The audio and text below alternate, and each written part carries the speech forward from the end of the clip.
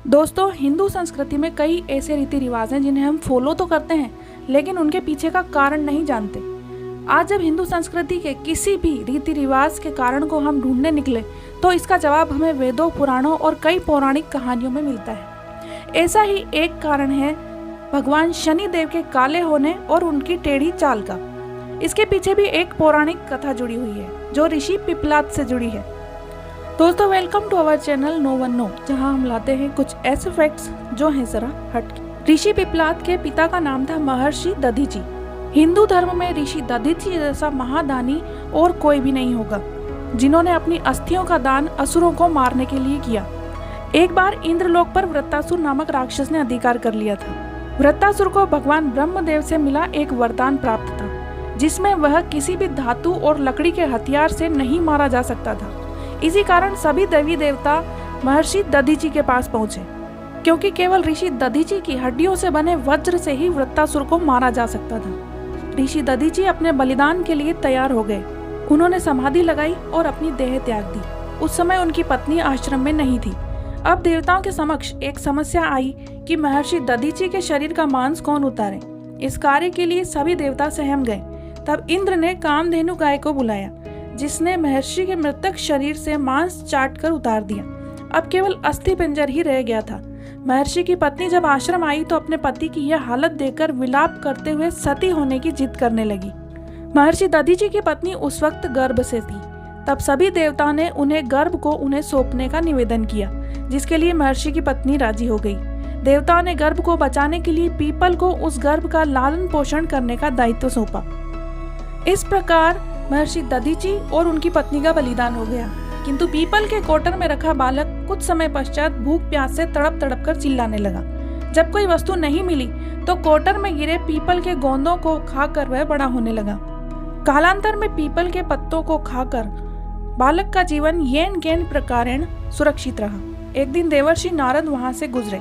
नारद ने पीपल के कोटर में बालक को देखकर उसका परिचय पूछा। नारद ने कहा, बालक तुम कौन हो? बालक ने कहा, यही तो मैं भी नहीं जानता हूँ। तब नारद ने पूछा कि तुम्हारे जनक कौन है? बालक ने कहा, यही तो मैं भी नहीं जानता हूँ। तब नारद ने ध्यान लगाकर देखा। नारद ने आश्चर्यचकित होकर बताया कि हे बालक, तुम महान दानी महर्षि दधीची के पुत्र हो। तुम्हारे पिता की अस्थियों का वज्र बनाकर ही देवताओं ने असुरों पर विजय पाई थी। नारद ने बताया कि तुम्हारे पिता दधीची की मृत्यु मात्र 31 वर्ष की आयु में ही हो गई थी। तब बालक ने पूछा कि मेरे पिता की अकाल मृत्यु का क्या कारण था? तब नारद ने बताया कि तुम्हारे पिता पर शनिदेव की महादशा थी। बालक ने पूछा, मेरे ऊपर आई विपत्ति का क्या कारण था? नारद ने कहा, शनिदेव की महादशा ही तुम्हारे ऊपर आई विपत्ति का कारण बनी। इतना बताकर देवर्षि नारद ने पीपल के पत्तों को और गोंदों को खाकर जीने वाले इस बालक का नाम पिपलाद रखा और उसे दीक्षित किया। नारद के जाने के बाद बालक पिपलाद ने नारद के बताए अनुसार ब्रह्मा जी की घोर तपस्या कर उन्हें प्रसन्न कर लिया। ब्रह्मा जी ने जब बालक पिपलाद से वर मांगने को कहा तो पिपलाद ने अपनी दृष्टि मात्र से किसी भी वस्तु को जलाने की शक्ति मांगी। ब्रह्मा जी से वर मिलने पर सर्वप्रथम पिपलाद ने शनिदेव का आह्वान कर उन्हें अपने सम्मुख प्रस्तुत किया और सामने पाकर आंखें खोलकर भस्म करना शुरू कर दिया। शनिदेव सशरीर जलने लगे। ब्रह्मांड में कोलाहल मच गया। सूर्यपुत्र शनि की रक्षा के लिए सारे देव विफल हो गए। सूर्य भी अपनी आंखों के सामने अपने पुत्र को जलता हुआ देखकर ब्रह्मा जी से बचाने हेतु विनय करने लगे। अंततः कोई भी उपचार होता ना देख ब्रह्मा जी स्वयं पिपलाद के सम्मुख पधारे और शनिदेव को छोड़ने की बात कही, किंतु पिपलाद तैयार नहीं हुए। ब्रह्मा जी ने एक के बदले 2 वर मांगने की बात कही। तब पिपलाद ने खुश होकर निम्नवत 2 वर मांगे। पहला, जन्म से 5 वर्ष तक किसी भी बालक की कुंडली में शनि का स्थान नहीं होगा, जिससे कोई बालक मेरी तरह अनाथ नहीं हो। दूसरा, मुझ अनाथ को शरण पीपल वृक्ष ने दी है, अतः जो भी व्यक्ति सूर्योदय के पूर्व पीपल वृक्ष पर जल चढ़ाएगा उस पर शनि की महादशा का असर नहीं होगा।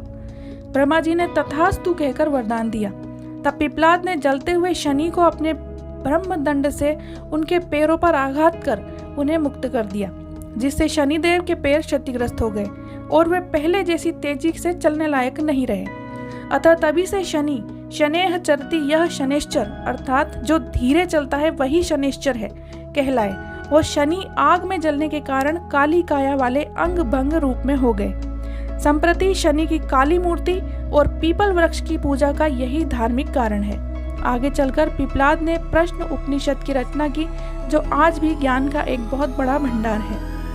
आज मंदिरों में भगवान शनि देव की काली मूर्ति के पीछे का कारण यही है। शनि की अलग अलग चालों के पीछे का कारण भी ऋषि पिप्लाद ही हैं।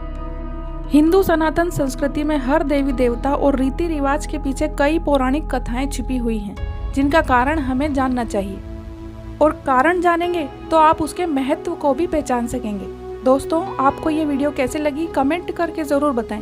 वीडियो पसंद आई हो तो उसको लाइक और शेयर करें। चैनल पर नए हैं तो सब्सक्राइब करें और पास दिए बेल आइकन को ज़रूर दबाएं, ताकि इसी प्रकार के और वीडियोस की जानकारी आपको मिलती